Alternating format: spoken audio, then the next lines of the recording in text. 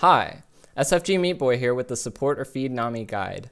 Nami is one of my favorite champions and I'm eager to share my expertise. She's a kick-ass fish lady support with a strong lane phase and tons of utility. Using her abundant CC, healing, and buffs, a well-played Nami can completely control the flow of a game. Just imagine Aquaman if he wasn't a total loser, and that's what Nami is. Nami's kit is all about buffing up allies and punishing enemies when they try to stop you from winning. She is naturally squishy, but has high move speed and mana regeneration, which emphasizes her strength as a positional mage support.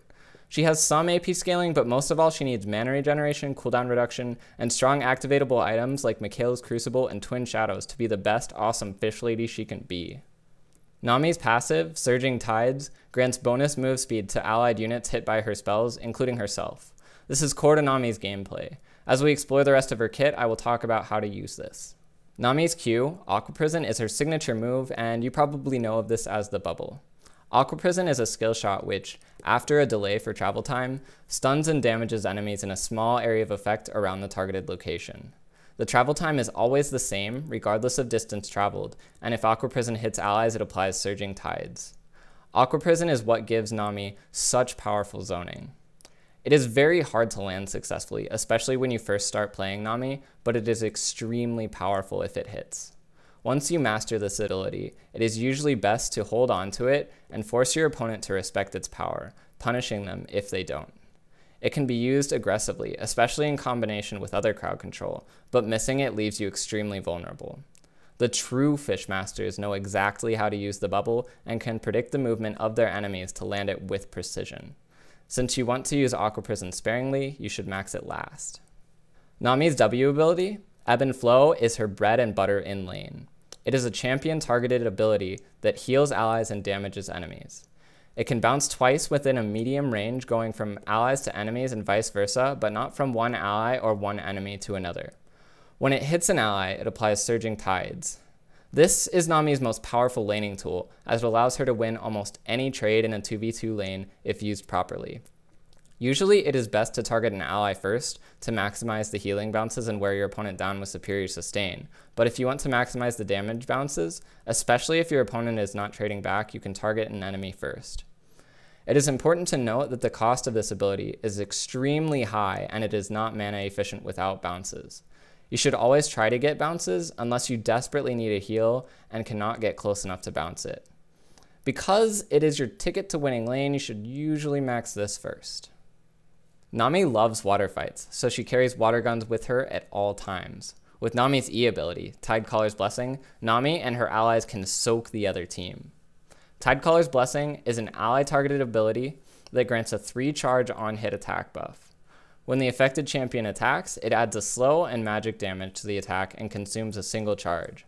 Since Nami is obviously an expert Aqua Cowboy, she can quick draw her water guns, allowing her to apply the buff to an ally or herself after they have already started attacking.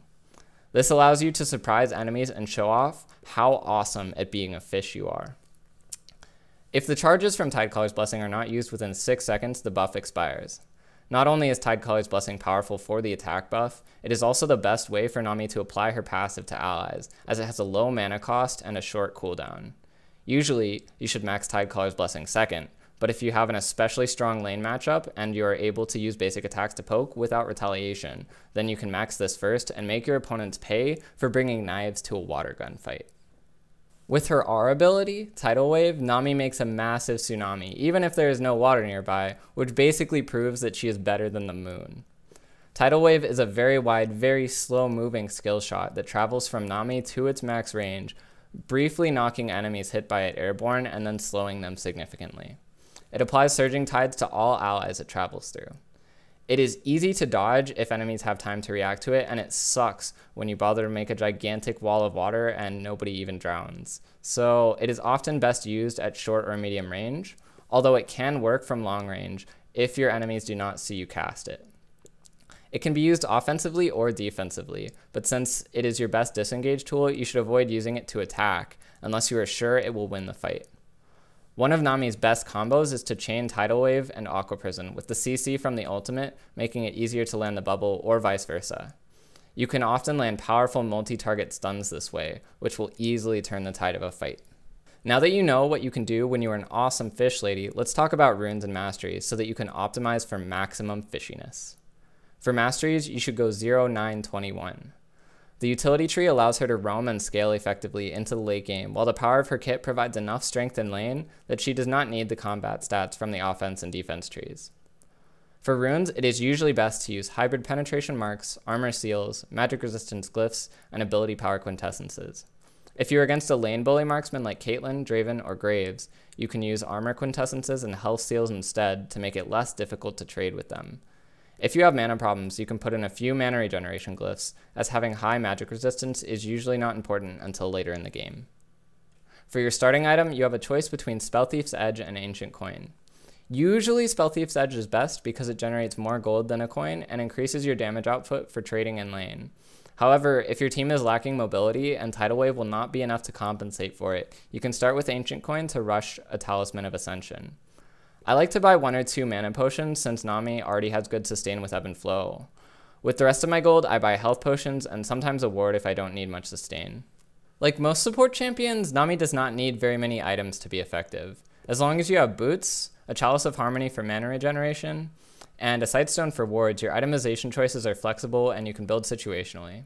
It is always a good idea to get an upgraded red trinket and pink wards throughout the game, and you can't go wrong buying cooldown reduction as long as you avoid getting more than the 40% cap. Experiment with your builds and figure out what you like most. Hopefully this guide taught you something about Nami that you can use in your own games. For more supporter feed content, subscribe to this channel, follow us on Twitter, like us on Facebook, and check out our website. Links are available in the description below. Good luck, have fun, and appreciate the awesomeness of the Fish Lady.